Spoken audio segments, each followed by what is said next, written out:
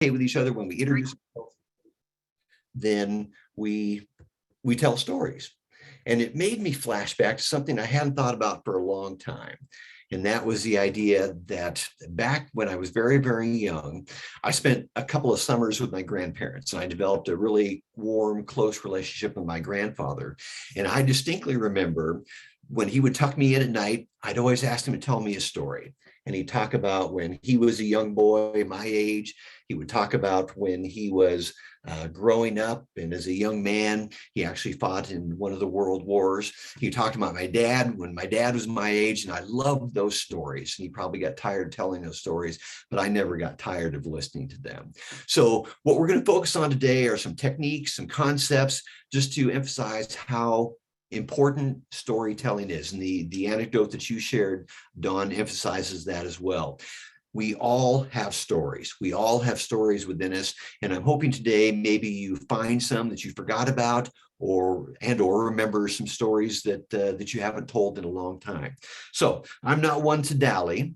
So let's get started right going here. And we're going to do a breakout room right off the bat and give you a chance to introduce yourself. So Amanga, who is the producer today, is going to, in a few moments, bring up a pop-up that will ask you to join a breakout group.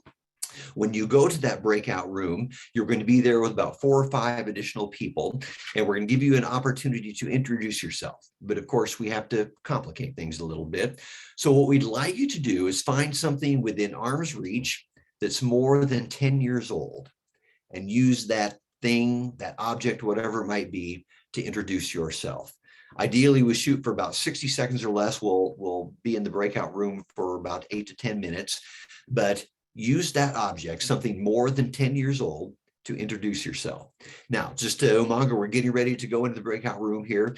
What I'm going to ask is that the person, when you get to the breakout rooms, the person whose birth date is closest to today's date will be the leader. And that can mean either coordinating the introductions, maybe going first, but the person whose birth date is closest to today will lead that breakout session. Umaga, are we ready to send people to the breakout room? Yes. Can you hear me? Yes, I can. Yeah. I opened the breakout. So let's move forward here. But what let's do instead, and it's unfortunate we can't get a chance to hear from everybody or hear everybody hear each other. But if there are 1 or 2 people that have something within arm's reach that's 10 years old or more, who would like to turn on their camera and unmute themselves and introduce themselves with that, that would be wonderful. Any brave souls out there?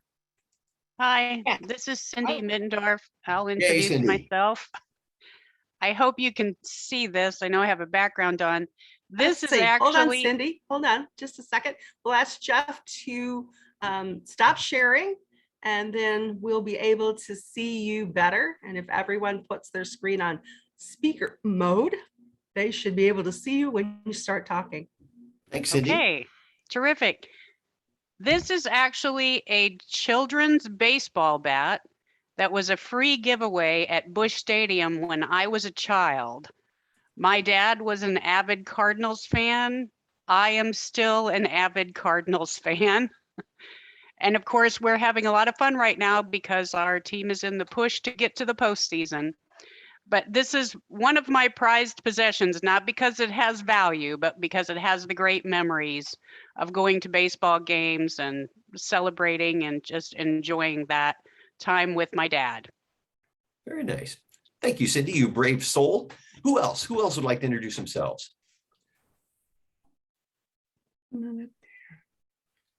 Turn your camera on, unmute yourself, and jump on in.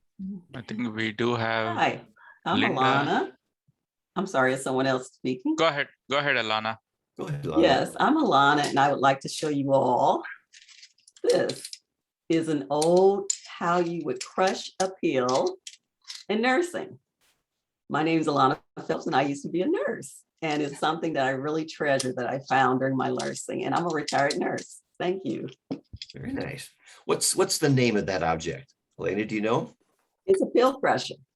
Oh, well, that's pretty straightforward. It would crush the pill and you scoop it out. Very nice. We got time for a couple more. Thanks, Lynn. I'm I would Linda. like to be next. I think Linda wants to talk. Linda? Yes. I'm Linda. I'm from Mount Vernon, Illinois, and I have a coffee mug. And I have 4 or 5 of these. And when my husband and I used to travel, we always had our coffee in the coffee mug. And I have had this probably for more than 10 years. It has special meaning to me, and I still use it for my coffee all the time. Thank you. Very nice. Very nice. Thank you, Linda. Who else? Probably got time for a couple more. Looks like Deborah Morrissey has her hand up, Yeah, Josephine Deborah. and Elizabeth. So let's Yeah. do 3 more. Okay, perfect. This is a music box of a mother and baby panda. Now, this is a bit over 30 years old. When my kids were 7 and 11, I got divorced, so I was a single mother. And I had about 45 miniature statues of mother and baby animals. It was very meaningful to me because I was a single mother. When I got divorced again for the second time, I gave them all away. Very nice. Thanks, Deborah. Who else? We got a couple others queued up here. Josephine wanted to talk. I have my camera on and my speaker is on. I have a cochlear implant here. It's a little hard to see. It's more than 10 years old. It's very meaningful to me because without this, I cannot be sociable. I cannot hear without this cochlear implant. Technology is the greatest intervention that came along when it came along with a cochlear implant. Thank you very much. Thank you. Thank you, Josephine. And then one more, I think. I'll go. I'll Very go. good. Which one of us? Which one? It's up to you. Okay, this is my name is Regina Dennis Nana, and this is a camel. And this camel comes from Somalia, where I actually lived and worked for 2 years. And it is made of soapstone. Oh. And which is one of the stones that's very common in that area of the world. But it's a very soft stone and easily can be broken. If you can see on it, there are these jugs, and these are milk jugs. And the nomads collect the milk, and then they take it to town and they sell it. And they're often called milkmaids because that's what the woman usually does. So this is a soapstone from Somalia, and it's over 30 years old. Very nice. Very nice. Thank you. And then one more. Elizabeth, are you queued up, ready to go? I guess so. All right. Then. This is Mr. Sock Monkey that my sister-in-law, my late sister-in-law, made for my daughter. And it is 40 years old or more. It's out within 10 feet of me because I'm mending it and getting it cleaned up to send to her in California. But Mr. Sock Monkey has had a long and very hugged life. Very nice. Thank you. Thank you very much. So it's very interesting to me that as you were introducing yourselves, that everyone recognized that what we were hearing were stories. Stories about an object, certainly, or stories about people, or stories about a memorable time period, memorable time frame. So there are a lot of stories out there. And so tuning into those. And I think that for me illustrates just how important stories and narrative are to how we interact. When I greet somebody in the morning, how are you this morning? They tell me a story. Well, this happened, this is what's going on. And that's very natural. That's the way that we connect with people. So today we're going to focus on a lot of different things around storytelling. And initially we're going to focus on why it's so important. There's really a lot of interesting information out there about how the brains process information and how it thinks in terms of stories. And really there are not many reasons to not tell a story as a speaker. There's a lot of really good things, good information out there. So as I look at these pictures behind us, these are the people that we talk about. These are the people that we hear stories from, we share our stories with, and these are the people that we tell stories about. And we just heard that in those introductions, and I very much appreciate that. Well, let's move forward and start thinking about where we want to go today. This is, obviously we're going to focus on narratives and storytelling. This is the agenda, and I've been accused of being obtuse and vague, but I'll own it. So we're going to talk about why is storytelling a big deal, and there are a lot of reasons for that. And then we're going to kind of break down what makes a good story, and I want to get your input there as well. What makes a good story? What makes a story good? And then we're going to talk about some techniques, some things to maybe take your storytelling to the next level. Recognize that you already tell stories. We live and breathe and sleep in stories, literally. And so this is an opportunity maybe to remember what those stories are, to pull those out, think about when is an appropriate time to use these. And then, of course, there will be a test at the end. All right, so let's move forward. So there's a lot of really interesting brain research that is starting to impact a lot of different areas. I have a background, as Dawn pointed out, in training and development. And in the last 10 years, brain research has given us a lot of insights as to how people think, how people process information. And so I find this fascinating. I'm by no means at all a brain expert, but I found some things that are very interesting and very meaningful. So this photo, well, this picture is your brain on facts. When we hear facts, statistics, information, there are basically two areas of the brain that are activated.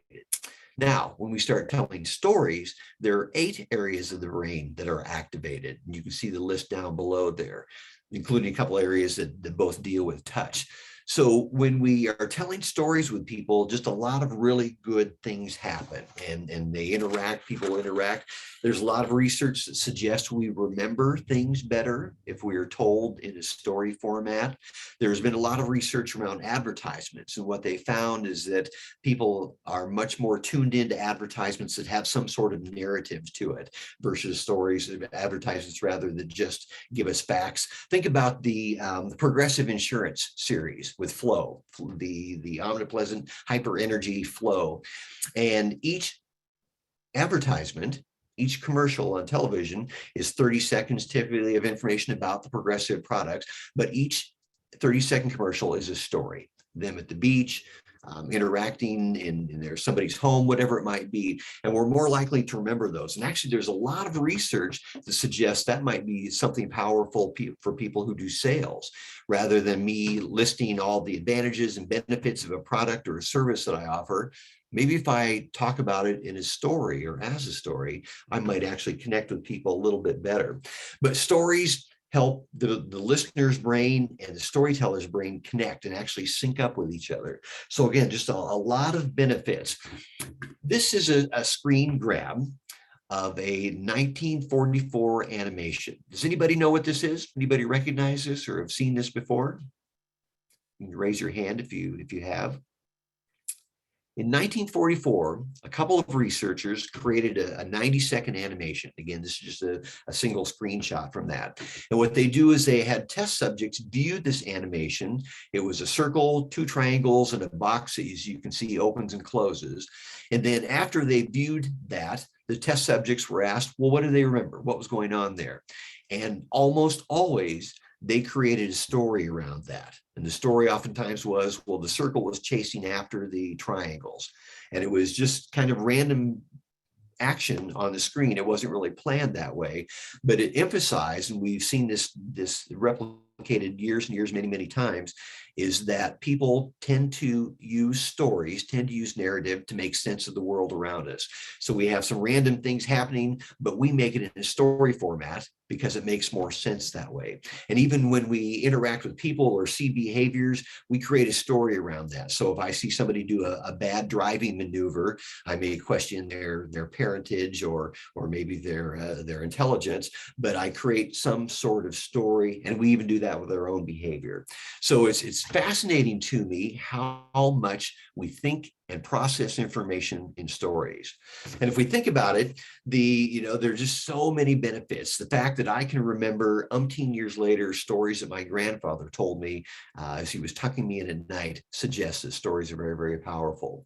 Every time we interact, I'm convinced the majority of that interaction, the majority of that communication is via storytelling.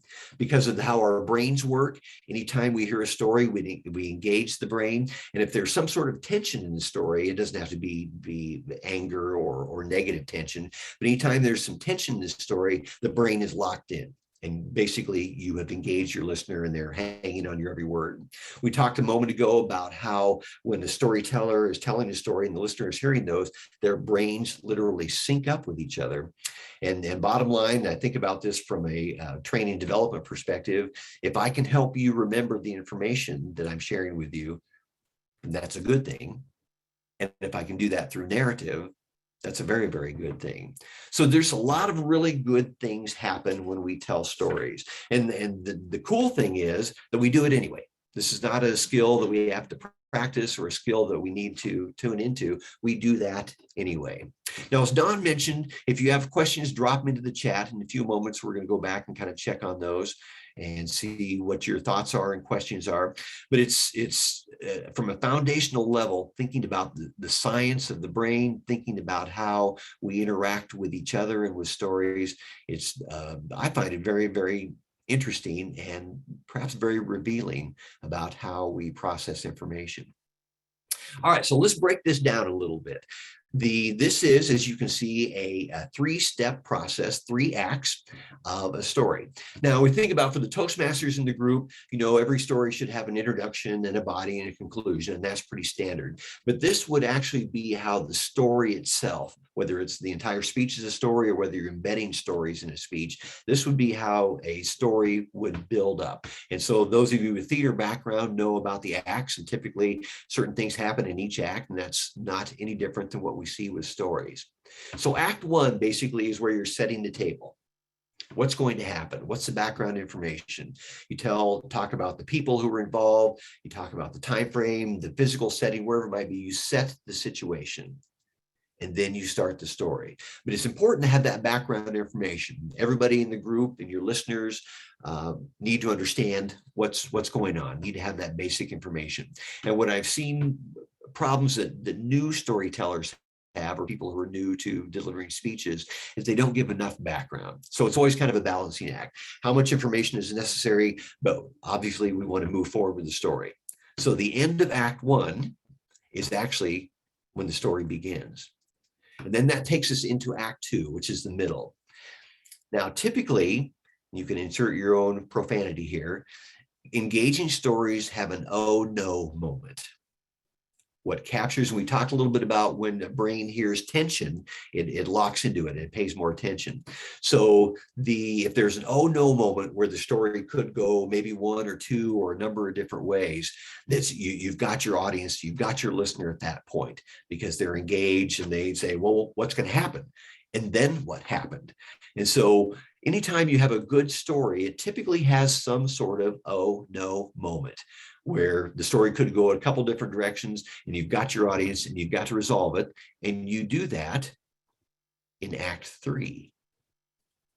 So in Act 3, basically you're bringing the story to a conclusion, kind of a denouement, and that's a theater term. So one of the things that you notice that you did in Act 1, that you also do in Act 3, is you identify why the story is important. Maybe why the story is important to me, the storyteller, but also why the story might be important to the listener. And I think that's one of the things that we maybe don't give ourselves enough credit for, or even recognize the power of learning and storytelling. We teach people about family and our families. We teach people about our culture. We learn about all these things through storytelling. We learn in an organization how an organization evolves. A number of years ago, I worked for a financial services organization in the Des Moines, Iowa area. And early on, I heard a story about when the company was very, very new and very small, and it had about a half dozen employees. And the owners of the insurance company knew that it was only going to get bigger if they lured in larger clients. So they scheduled an on-site visit with a potential client, a fairly large client, and then they rented office space, a large office space, and they recruited friends and family members to pose as workers in that space during the on-site visit. The potential contract came through, the people came through, liked what they saw the business was active and busy, and left, and they were able to get a contract. Now, on one hand, I thought about it when I first heard it, I thought, well, isn't that ultimately kind of dishonest and devious? But on the other hand, that talks about being scrappy and taking risks and trying to grow as an organization. So, but that's part of that organization's culture. That story is how that culture is spread through employees, both new and long-term employees. So think about the stories that you tell. Think about, is there a beginning? Are you laying down a good groundwork? Think about, is there a middle? And particularly, do you have some sort of oh no moment where you've captured your audience and the story could go a couple of different ways, and then bring it all together, resolve it, and emphasize, why is this story important? All right, I'd like to spend a little bit of time here, just a few moments, and have you listen to a story. Most of you, I suspect, recognize this artist. This is Bruce Springsteen. And one of Bruce's songs has a spoken word intro that I think is very powerful. It's about a 4-minute intro. And he talks about his relationship with his father. We learn a lot of other different things from this story. Now, this is a still image that we're looking at. This is not a video, but I'm going to start the song. And what I would suggest is maybe you just close your eyes, lean back in your chair, and listen to what Bruce has to tell us.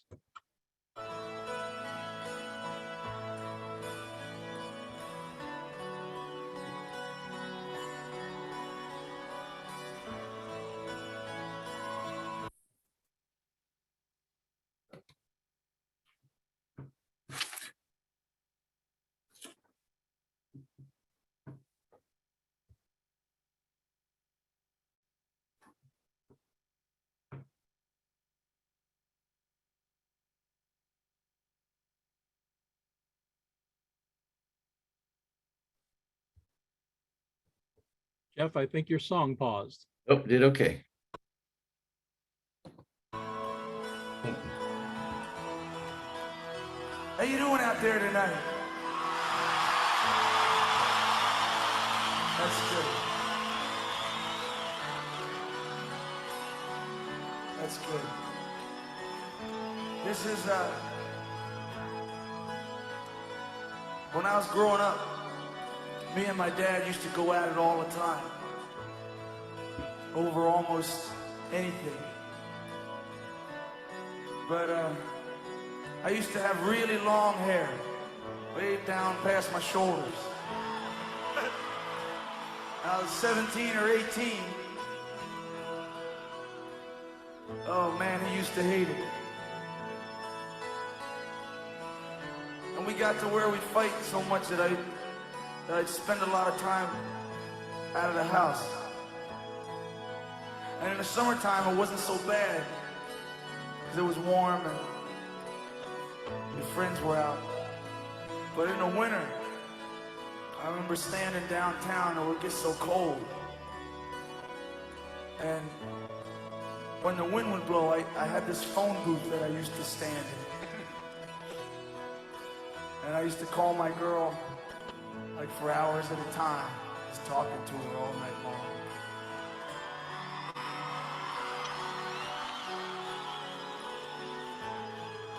And finally, I'd get my nerve up to go home. And I'd stand there in the driveway, and he'd be waiting for me in the kitchen. And I'd tuck my hair down on my collar, and I'd walk in, and he'd call me back to sit down with him.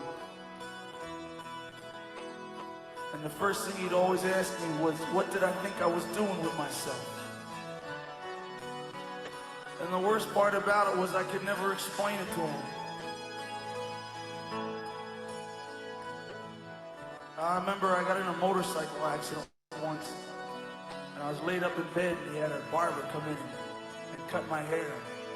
And man, I can remember telling him that I hated him and that I would never ever forget him. And he used to tell me, man, I can't wait till the Army gets you. When the Army gets you, they're gonna make a man out of you. They're gonna cut all that hair off, and they'll make a man out of you.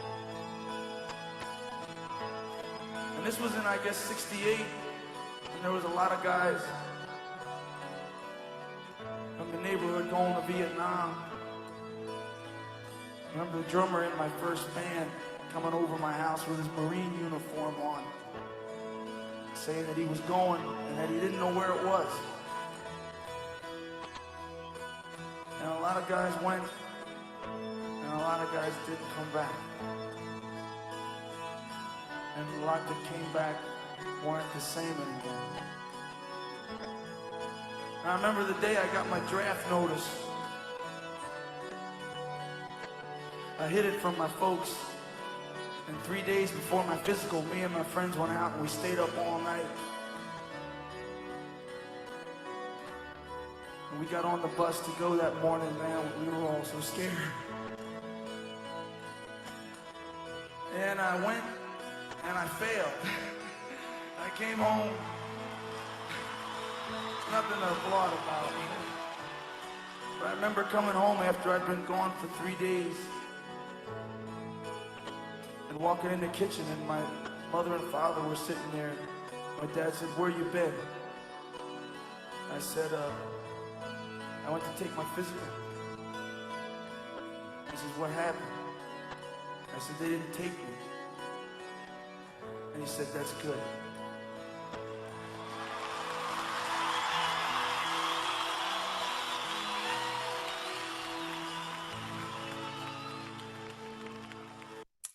Very powerful story. I think anybody who has had a parent or a parental unit maybe appreciates that.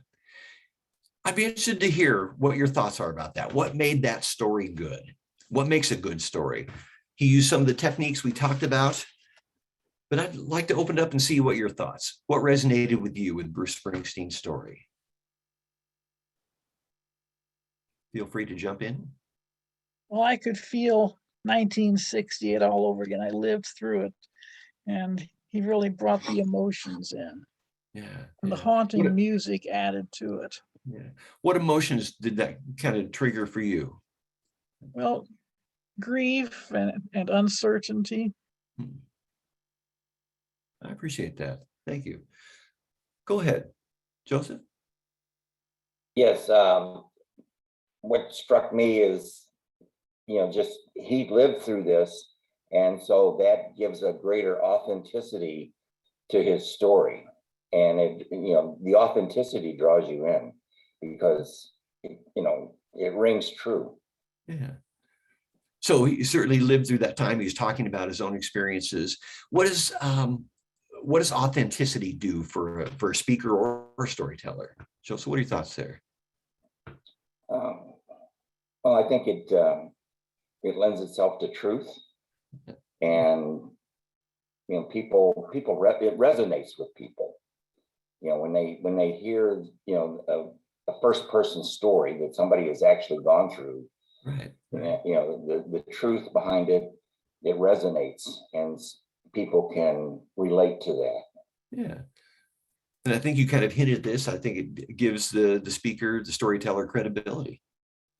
Yes. That authenticity. Very good. Thank you. Who else? Don?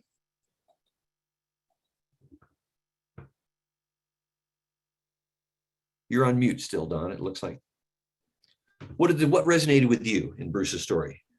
I was holding down my space bar and everything. He gives us characters. So we have people in the story to relate to. Then he gives us the conflict between himself and his father, the two main characters in the story. And then he tells us what happened both that caused that conflict and how it was resolved. So we get the whole package. Nice, nice. Did anybody see, thank you, Don, did anybody recognize an oh no moment? And there might have been more than one. Was there an oh no moment in this story? Go ahead and unmute yourself. Yes, when he went for his physical. Exactly. So basically there were two potential outcomes, right? Right. Right. He either passed the physical and was drafted, or he did not pass the physical. Excellent. What else? And it was a surprise when his parents said good. Yes, After his exactly. father said, you know, the army will make an end out of you. Yes. And his dad says at the kitchen table, that's good. And I can't remember if we heard this, and I apologize if I cut it off. Had we heard that phrase before earlier? That's good. I don't think we did. And I think that may have been my fault. When Bruce initially says, how are you all doing tonight? And the crowd cheers and chants. And then he says, that's good. That's good. And then he starts his story. And then the last thing we hear in the story was Dad repeating that phrase. That's good. And that's a really nice technique in terms of bringing a story together, kind of an end and a beginning that weave into each other and connect with each other.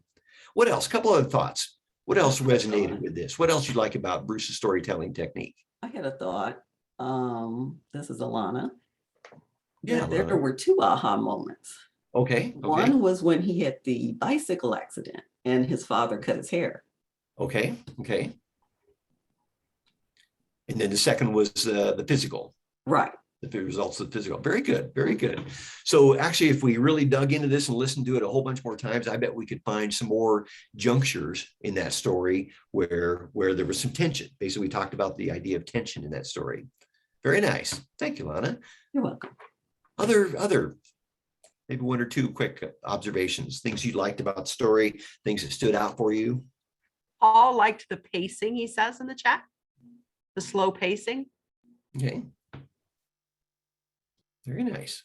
Couple times he generated counter stories in my memory of similar stories. I knew someone who was wearing his hair long as the Iraq War was going on, and then he had to go to the hospital, and the hospital cut his hair before the war ended. You know. Nice, nice. Well, and I suspect in there, and I've heard this, and as you've been discussing this, there are pieces of the story that resonate with probably everybody at one point or another. And that's the idea of making that connection, you know, that physical brain-based connection, but just the connection of a shared experience. So it's a tremendous story. I get goosebumps every time I hear it. And I just think, obviously, Bruce Springsteen is a master storyteller through song, but I think in this spoken word performance, we see some of those skills as well. So think a little bit about, and actually, as those of you who are unmuted or want to unmute, I'd be interested to hear from you. What stories do you tell? Are there kind of some go-to stories that you share with people? And equally important, who hears those stories? Who do you share those stories with? Maybe let's hear from somebody we haven't heard from yet this morning. What stories do you tell now? And who listens? Who hears those stories?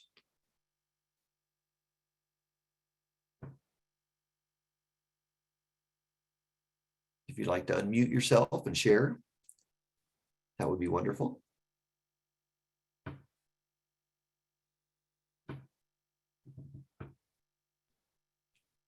Our Toastmasters, our fellow Toastmasters at our meetings hear our stories a lot.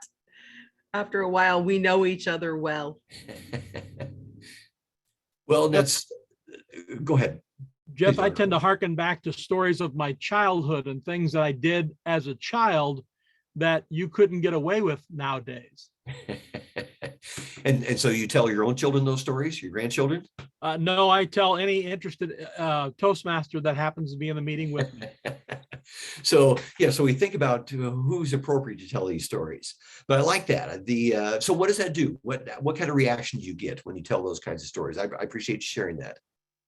Well, some they can relate because they too did those silly things we did as kids.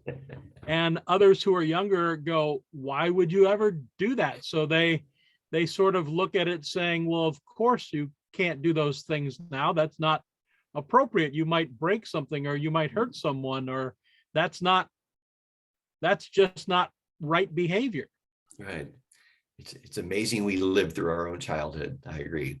Yes. We know the one of the things I always encourage and remind myself is that to be more intentional about my storytelling, to think about the impact of the stories I'm telling and make sure that the people who need to hear those or would benefit from those, in my mind, are the ones who are the recipients of those stories. There's a lot of research and a lot of push in the last 15 years or so in the business, the corporate environment, recognizing the value of storytelling. We kind of touched on this earlier. If I'm a CEO delivering a presentation and I've got an 18-slide PowerPoint presentation, ho-hum, maybe that's okay. But if you tell me a story, I'm more likely to remember that as your employee or as somebody who's listening to that story. In fact, there are a couple of organizations that no longer have vice presidents. They're now called chief storytelling officers, recognizing how important storytelling is to building culture in an organization or in our personal lives. So I'd encourage you to be more intentional, to think about, when do I share those stories? What kinds of stories do I share on a regular basis? And I'm hoping, as I mentioned earlier, that you'll walk away with maybe a couple of reminders of stories that you haven't told or haven't told in a little while. Anything else? Any other responses? What stories do you tell? And are the right people hearing those stories? So Jeff, the one thing I realized, this is Paul, by the way, I tell a lot of the stories of my past, and the people that I seem to be surrounded with are people in the job I used to have. And I realized as I was listening to what you were saying, that I'm sort of basing my stories upon who I was because that's where I was comfortable and not who I want to be or who I am now. And so I found that very interesting and very insightful on your part. What's the take on that, Paul? What does that mean to you? Well, for me, it's a realization that that's where I was. And it's like, okay, that's what I know, but it's not really where I'm not fully comfortable where I'm at. I've changed from being a support technician who did that for almost 30 years to being a project manager, which I've done for about 10 years.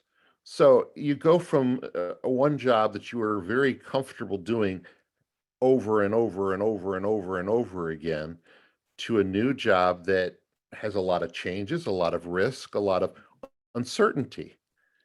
And it's very easy to slip back into a comfortable role, even if it's not who you really want to be anymore, and even if it's not who you are now, but it's who you were for so long that it's very easy to almost by rote tell those stories.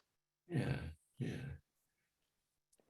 Paul, I want to recognize that you just told us a story and you had a nice resolution to it, kind of the lessons learned, kind of the takeaways. So you do have new stories, and the fact that you kind of told a story about a story or stories is very powerful. Very nice. Thank you. I appreciate that, Paul, your candor with that. So again, we've seen some good techniques. We talked a little bit about how important narratives are to us. Let's do a quick pulse check. Let's quick check in. Dawn, any questions in the chat that we might address at this point? It appears that you're still muted. It sounds as if you're still muted. Well, a couple of us were curious about why it was that Bruce Springsteen didn't get into the Army, why he failed that physical. And so I was informed that it was just a general deferral. It didn't have a specific reason, could have been for any particular reason they wanted to say no based on physical health, mental health, or morals. Toastmasters, always curious. I think in the story, he told us that he had gone out, stayed up for 3 days. So he basically just physically wore himself down. And he didn't get much beyond that, but that obviously was in his intent. And then the two friends that did that with him. Always curious. I appreciate being in a group of Toastmasters. Other questions, Don? Or if anybody would like to unmute and ask a question. This is Alana. I have a question. Yes, go ahead, So please. when telling your story, is it good to leave a cliffhanger? I would say, Elaine, my gut reaction is, well, you have to bring it to some sort of resolution. But a cliffhanger is one of those oh no moments. Oh no, what's going to happen? But I think the brain, the individual craves an ending of some sort. So unless you want people to come back next week and watch episode 2, I think probably you need to resolve it somehow in some way. Does that make sense to you? Yes, thank you. Yeah. Other questions?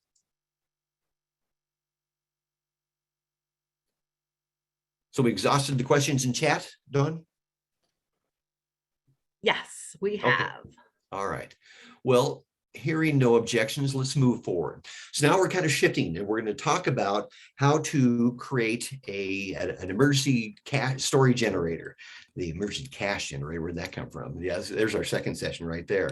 But basically to identify where are those stories? They're in you, they're in us. Each of us has stories that either we've forgotten about or we don't tell nearly as much anymore.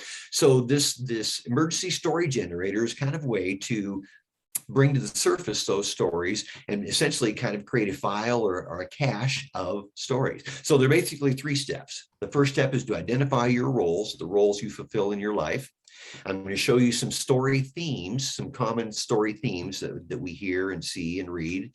And then we'll talk about the act of actually pairing those, and that's a random act. So let's do a little bit of interaction and involvement here. Remember earlier, a number of you used the annotate function. So at the top of the screen or maybe the bottom of the screen, you can click on options, select annotate, and then click on text. What we'd like to do is do a little bit of virtual brainstorming here and start to list all of the roles that we fulfill in our life. And so go ahead and click on annotate and text. It'll give you a pen, click on the screen, start entering some of those. So what are all the roles that you fulfill? Maybe from family aspect, whether it's spouse or parent or grandparent. Job-related roles that you might have.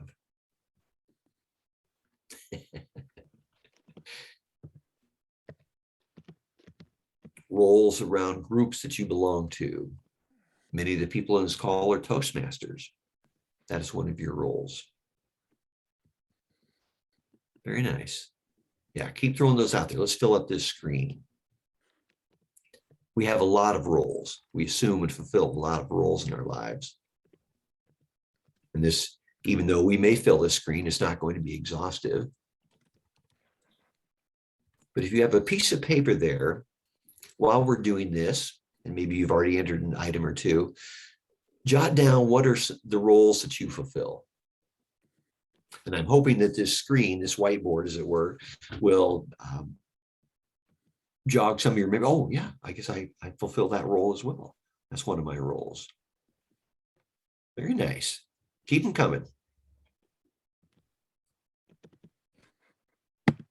Oftentimes, our initial reactions think about our families or about work. These are 2 primary influencers in many of our lives. So all the roles that we fulfill. And remember, this is part of the 3-step process. What we're doing is the first step to say, okay, what do we do? What are expectations that people have us around those roles? Family, work-related, social-related, whatever it might be. As I mentioned, if you have a sheet of paper there, write some of these down, some of your own roles, and hopefully these trigger some reminders. All right, let's move on to step 2. Umanga, if you could clear the board for us. Thank you very much. So we've identified your roles. You've identified your roles.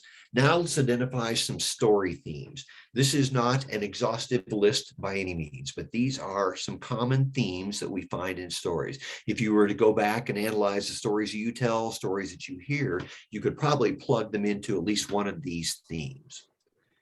So I've identified my roles. I've identified some story themes.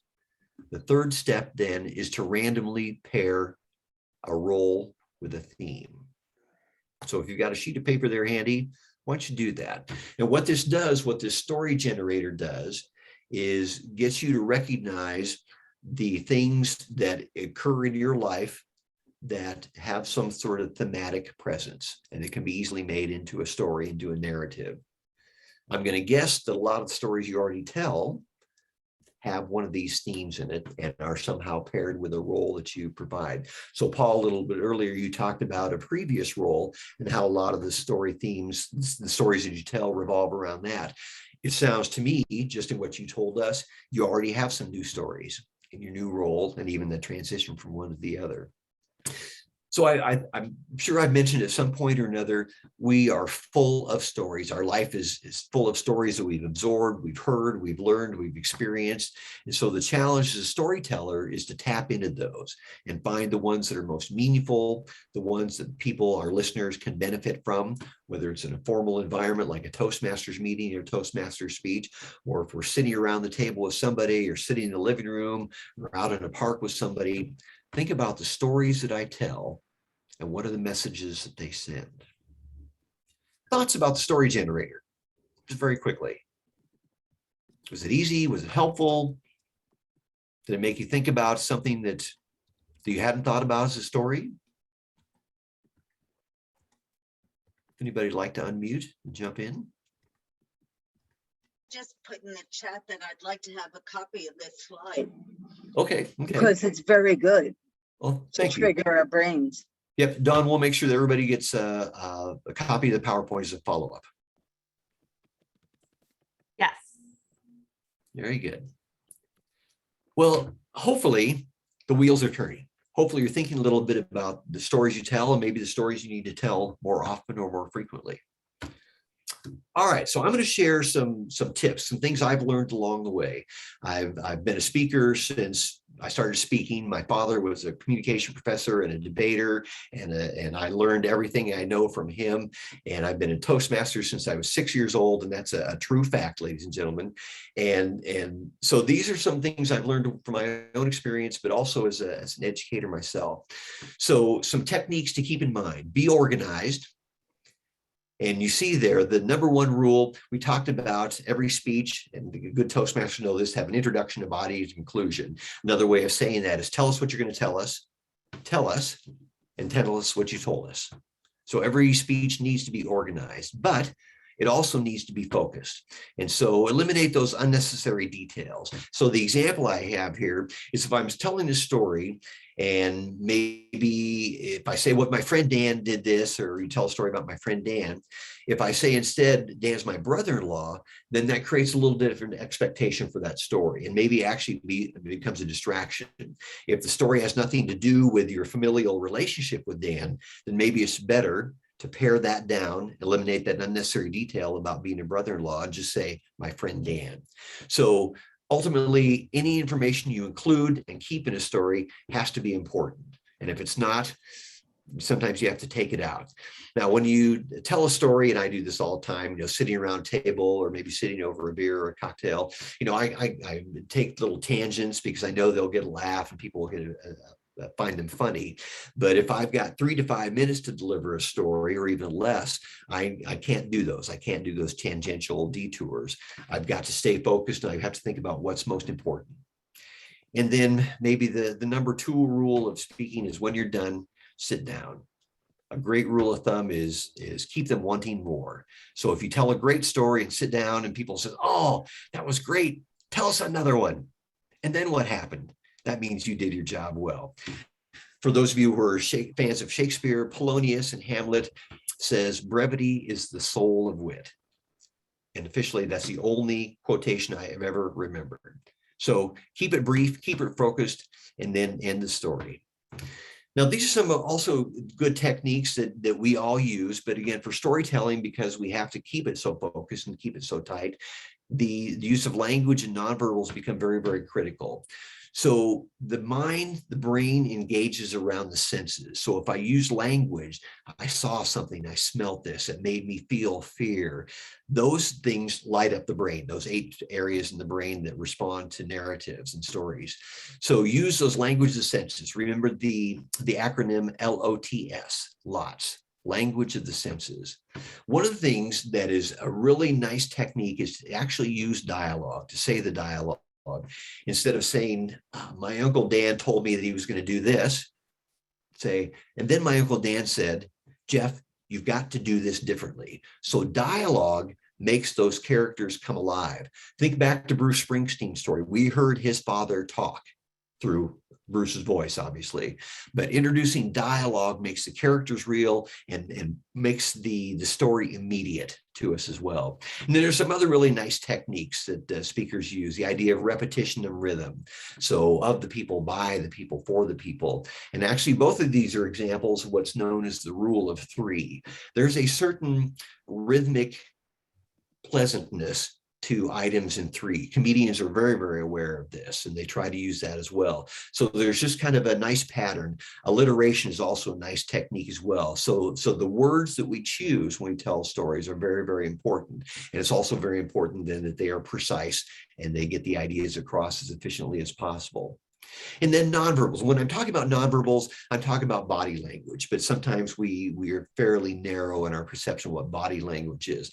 Body language is everything from the sound of the voice, our tone of voice, to our posture, our gestures, our movement. If we're delivering a speech at a podium, we can move to either side of the podium, and I'm a great fan of that. Probably a good rule of thumb is to mix it up. So vary your speaking tone. We saw Bruce Springsteen did that. One of the comments we heard in the chat function was it was a nice pace, but at various times you may have noticed his pace sped up a little bit or slowed down.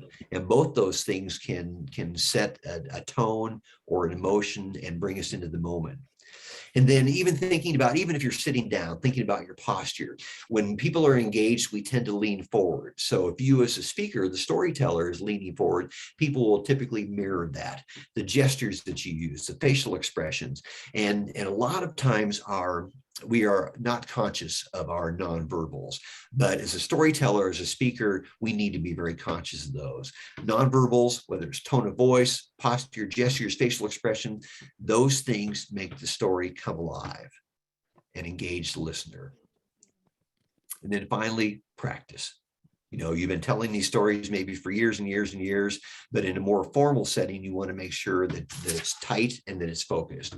And so practice is a great way to do that. Even practicing stories that you have told many times and think about, how can I make this more efficient? Or how can I emphasize that cliffhanger or that oh no moment? And then how can I really drive it home with some sort of resolution? Questions, thoughts about some of these techniques we've just touched on the last couple of slides? Anything in particular resonated with you or you might find useful? Makeda has her hand up. Okay, go ahead, please. I just had a quick thought, and I appreciate this technique of expressive nonverbals, because you can just make a whole story about nonverbal communication, especially over the internet these days. Yeah. That's just a comment. Yeah. Well, in a virtual program like this, basically you can see me from the torso up. And so that kind of limits. That kind of limits my nonverbals. By the same token, that makes nonverbals that I do display that much more impactful. That's a great observation. I appreciate that. Yes, and it's a possible story for any of you storytellers out there. I'm sure there's some great stories of some nonverbal communication. Oh, yeah. I've always said it's impossible not to communicate, even if you don't open your mouth. I appreciate that. Other comments? Anybody else want to jump in? Reactions, reflection on these techniques? Alana's hand is up. Go ahead, please. Hi, thank you. I thought you said an acronym, maybe not, but I heard you say LOTS. Was that LOTS. an acronym or? That's that first sub-bullet, language of the senses, LOTS. So it's just kind of an acronym reminder to use language that demonstrates, displays, captures the senses. I felt fear. I could taste the tension in the air. Can you taste the tension in the air? You know, those kinds of things, because we react to those and the brain engages with those. Thank you very much. Anybody else? I appreciate everybody's input here, everybody's interaction. My Can I go screen ahead and is- ask a question? Yeah, go ahead, please. This is Yutaka Ikeda. Yeah, thank you, Jeffrey. It was a great tips, you gave us. But those techniques and the tips, you gave us, well, in general, works probably from your experience and, when you teach and everything. But we are all facing right now online meetings. You have to talk in front of camera. Now, in addition to what you told us, what to do, what not to do, is there any tips you can give us, particularly for the online, meetings of storytelling? The short answer is yes. Dawn, I'm going to forward this group along with the PowerPoint presentation, a link to an article I wrote on how to present yourself professionally online in a virtual meeting. And there are a lot of things we can control from this side, and from the background, the lighting, how the picture is framed up, how you present yourself. I think people are becoming more and more savvy using virtual meetings or virtual presentations and programs. But as a speaker, as a storyteller, just be aware that you have a lot of control over the image you present. We've already talked about the power of nonverbal communication. And we, as I was setting up this morning, I thought about my camera angle, I thought about the lighting, my background, and how I presented myself. So there are a lot of techniques, and I hate to give you kind of short shrift to this answer, but if I'm able to follow up with the link to that article, I think that might reveal some things that would be helpful and get us thinking a little bit about how we present ourselves when we're online. But that's a great question. That's a really great question. Hopefully that'll will give you some information you can look at. Yes, if I could piggyback again, following up with Yutaka, because when we're online, you can see everybody's face, their reaction. It's not like when you're in person and you can't see everyone at one time, and it's as distracting. A little cough can go be this huge, even a fake one can be like a big distraction in the middle of someone's speech, or just, all of this and, this on the camera. It's a whole different world. It's a different way to deal with an audience when you're online. And those little things can be somewhat distracting because it's loud. It's even louder. The body language is even louder, the nonverbal cues and everything. So yeah, if you could send some information about how to deal with that, that'd be great. Yeah, I'd be delighted to. Well, anytime we present virtually, it creates a new dynamic for us from what we're used to. But there may be some advantages, and I'm not sure I want to take time to, there may be some advantages to speaking virtually. Again, maybe I only have to worry about my nonverbals from the torso up. So good questions, good questions. Well, let's move forward. I'm cognizant of our time here. So I wanted to take another moment and just kind of recognize we've covered a lot of ground today. We did it very quickly, and I apologize we didn't have more time to kind of dig down a little bit deeper. But we talked about why storytelling is a big deal. And we talked about how the brain functions. We talked about how we process information. We talked about how we communicate and interact by sharing stories with people. And then we talked about and looked at a 3-act model for creating a story, and then heard Bruce Springsteen give a great example of that with, it appears, a couple of oh no moments, but then a resolution and some great techniques. We did the story generator to give you kind of a quick avenue or process for coming up with stories. As a Toastmaster, I'm always trying to introduce new stories, and so what can I tell them that I haven't already told them? So something like a story generator has been very helpful to me to just kind of randomly put together a role in my life with the story theme, and oh yeah, that is a story. I'd forgotten about that. So and then we touched on the techniques, some powerful techniques, not just speaking techniques, but also storytelling techniques. So I want to hear from you. And again, I appreciate how interactive you've been, how people have been willing to put themselves out visually on camera and unmuting. What are your takeaways today? What did you find interesting, useful, things that you'll be able to use? And again, feel free to jump in.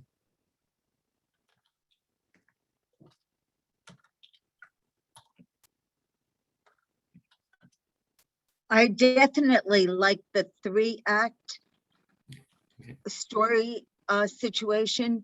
Whenever we have visitors at our Toastmasters club, I always talk about what Toastmasters has done for me, because it has completely changed my life. I used to be quiet and shy, and I was afraid to talk to people, and I talk about that. But I think using the 3-act method is really going to help me make that even a better speech than I currently have. Okay, so you're going to kind of hold that template up to the story that you tell and kind of think about how to make it even better, more impactful? Yes. Nice, nice. I appreciate that. Thank you. Other takeaways? What did you find useful? All right. This is Yutaka again. Yes. If you are a Toastmaster, then the very first speech project is icebreaker speech, which means that you talk about yourself. There's a story there, if you're ready or not. So that's the great opportunity. Now, new educational system pathways, once you finish one path, then you're gonna take another path, then you come back to the another opportunity to speak icebreaker or deliver icebreaker speech. So you have multiple opportunity to talk about yourself. Then you think about, okay, what part of my story shall I tell you? And I guess this way, what you told us comes very handy, I think, so just think about, what Jeff told us and then try to incorporate, into the icebreaker speech, and then make it successful. Yeah, I think that great way to practice, what we, learn from this. If you are not Toastmasters, this is how, we practice storytelling, I guess. So please join the Toastmaster. Just a little bit of advertisement as well. A little unpaid advertisement. Thank you, Taka. That's a great reminder. And I was going to mention that earlier. And so it was like we're synced up. Our brains are in sync here. We tell stories in Toastmasters, and actually the icebreaker speech, that initial speech in each pathway, is an opportunity to do exactly that. But even in other speeches, we can very easily embed a story. And again, after today, hopefully you can recognize some of the value of those. Well, Don, I want to turn it back to you here in just a moment. But if you would indulge me, I'd like to end with a story about a story. And as you know, as I've mentioned, I'm a college instructor and have been for many years. And in all of my speech classes, every student is required to deliver a presentation, a story about an experience or an event, something that happened to them that had an impact on them. And so almost 3 years ago exactly, at my evening class, a young fellow stepped up to the podium. He had a great deal of confidence, and he started his speech this way. He said, "What I'm about to tell you is pretty bizarre, but it's true. So hear me out." And then Colton started to tell his story. And Colton shared with us that night that the year before he had been new to campus and he wanted to make some friends and get involved in activities on campus and socialize. And so he decided to join a fraternity. And a fraternity welcomed, he's a pretty sharp guy. But very early on in his time in the fraternity, on a weekend night, he was assigned designated driver duty, which meant that if any of the fraternity brothers needed a ride back to the fraternity house, it was his responsibility. And so sure enough, that night, he got a call from some of the guys who were down at the fair and they needed a ride. So Colton dutifully jumped into his car, headed down to the fair. And as the guys were kind of tumbling into his vehicle, he said that he noticed that one of them seemed to have something underneath his jacket. So they headed back to the fraternity house, and sure enough, one of the fraternity brothers had stolen a goat from the livestock exhibit at the fair. And over the next several days, that goat became the fraternity mascot. The goat slept at the fraternity house. The goat ate at the frat house. The fraternity brothers walked him around campus all day long. And it was kind of entertaining. And actually the Colton story is funny and made everyone laugh. But then Colton shared that later that week, the fraternity house was hosting a party. And Colton went downstairs at one point only to find Albert the goat standing on top of a keg, surrounded by a bunch of rowdy partiers. And Colton said he thought to himself, this isn't right. So he scooped up Albert and took him out of that room. And then he went and talked to the fraternity president, a fellow named Biscuit. And Biscuit was told by Colton, hey, we've got to get this goat out of here. We've got to return this goat. This is no place for a goat to be. And Biscuit, to his credit, agreed. So the next morning, Colton and a couple of friends returned the goat to the fair. Now, as the teacher at this point, I'm thinking, it's funny, but do you have anything better than the drunken frat boy story? But Colton wasn't done. Colton's story took a turn. At that point, he said, after that incident, the next several days, he started questioning himself. He said, what am I doing? Is this how I want to spend college? Is this going anywhere? And Colton made the choice to leave the fraternity and recommit to his college education. And when he sat down after that speech, I realized I'd heard probably one of the best student speeches in any of my classes. And I can guarantee you that everybody who heard Colton tell that story that night remembers that. Well, let's fast forward to a couple of years later. And again, it was a crisp fall morning, and I'm reading the newspaper, as is my morning habit. And I usually zip through the obituaries. Unless I'm listed in there, I typically don't know anybody there, but there was a picture that caught my eye. And I looked at the obituary, and it talked about a young man, 23 years old, who had died and left behind a young son. It was Colton.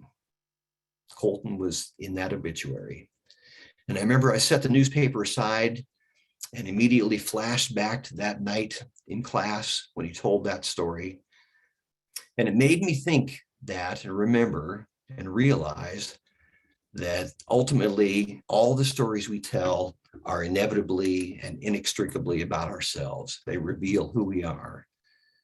And if we take the time to listen to all those stories around us, we might learn about ourselves or about life, or maybe about a fine young individual like Colton. Thank you very much for giving me time on this beautiful Saturday morning. Dawn, if I can turn things back to you.